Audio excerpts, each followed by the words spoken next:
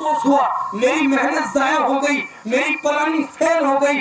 اسی پلاننگ میں وہ پریشانی کے عالم میں دوڑتا ہوا آیا، جو گھڑا اس نے اللہ کے نبی کو گرانے کے لیے کھودا تھا خود اس کے اندر گر گیا۔ جب ابو جہل گر گیا، اس نے اتنا یہ نیچے کھودا تھا، نکلنا مشکل تھا، آسان نہیں تھا۔ اس کے غلاموں نے، اس کے سپاہیوں نے، اس کے ماننے والوں نے رسیاں ڈالی تاکہ ابو جہل کو باہر نکالے، لیکن ابو جہل کو بھی آج محمد کی طاقت کو دکھانا تھا۔ رسی کو نیچے ڈالتے وہ گڑا اور نیچے جاتا، اور رسی کو ڈالتے وہ گڑا اور نیچے جاتا۔ ابو جہل بھی سمجھ گیا یہاں پر اب دنیا کی کوئی طاقت مجھے نہیں نکال سکتی ہے۔ ابو جہل نے فنادا ابو جہل من البیر ان مضوا الى محمد واتونی به فانه لا يخلصني احد دونه۔ ابو جہل بھی سمجھ گیا اب یہاں سب طاقتیں ختم ہو گئی۔ اس نے کنویں سے آواز دی، اور لوگوں اب دنیا کی کوئی طاقت مجھے یہاں سے نہیں نکال سکتی ہے، جاؤ محمد کے پاس کو مجھے نکال لے۔ کیا بات، سبحان اللہ۔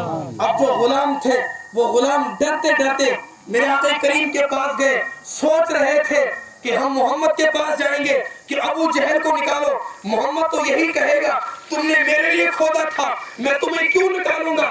لیکن ان کو پتہ نہیں تھا یہ وہ در ہے جہاں سے کسی کو منع نہیں ہوتی ہے۔ کون دیتا ہے دینے کو منہ چاہیے، دینے والا ہے سچا ہمارا نبی۔ جب یہ غلام ڈرتے ڈرتے میرے آقا کریم کے پاس پہنچے، آقا کریم نے پوچھا اور ابو جہل کے ماننے والوں کیوں آئے ہو؟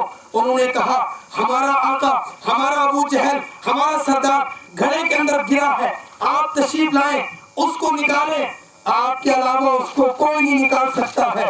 گویا کہ ہم اگر سنی لہجے میں کہیں، وہ بھی سمجھ گئے تھے جہاں پر دنیا کی رسیوں کی طاقت ختم ہو جاتی ہے وہاں سے محمد کی طاقت۔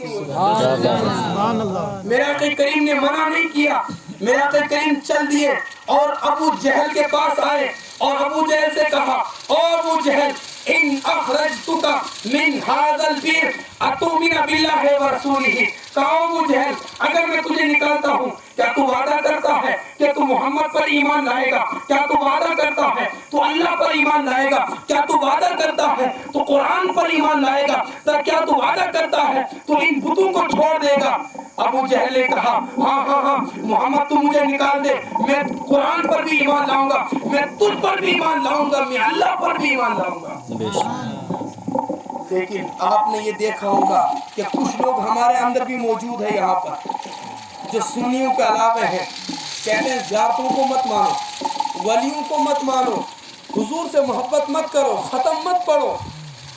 لیکن جب مصیبت آتی ہے کہتی ہاں چلو پڑھ لیتے ہیں، چلو جاتے ہیں زیارت پر، اور پھر جب ان سے کہا ہے کہتے ہم نے مجبوری میں مانا تھا۔ ارے خوشی میں مانو یا مجبوری میں، مانا تو ہے، اس سے اچھا خوشی میں مان لو، اسی میں عافیت ہے، نہیں تو مجبوری میں تو سب کو ماننا پڑتا ہے۔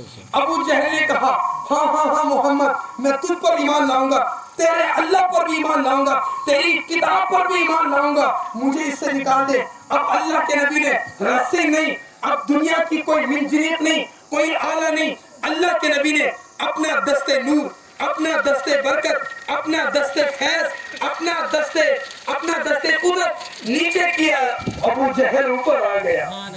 اب جیسے ہی ابو جہل اوپر آ گیا، اب اس کو ایمان لانا تھا، محمد کو ماننا تھا، لیکن وہ بدبخت پھر بول پڑا او محمد تو کتنا بڑا جادوگر ہے، تو کتنا بڑا جادوگر ہے۔ لیکن یہاں پر ابو جہل چاہے محمد کو کتنا بڑا جادوگر کہے، لیکن حضور کی رحمت سے تو وہ بھی محروم نہ رہا، وہ بھی حضور کی رحمت لے ہی گئے۔ سبحان اللہ، سبحان اللہ، بے شک۔ وَمَا أَرْسَلْنَاكَ إِلَّا رَحْمَةً لِلْعَالَمِينَ۔ میرا نبی انسانوں کے لیے بھی رحمت بن کر آیا، میرا نبی جانوروں کے لیے بھی رحمت بن کر آیا، میرا نبی اپنوں کے لیے بھی رحمت بن کر آیا، میرا نبی غیروں کے لیے بھی رحمت بن کر آیا۔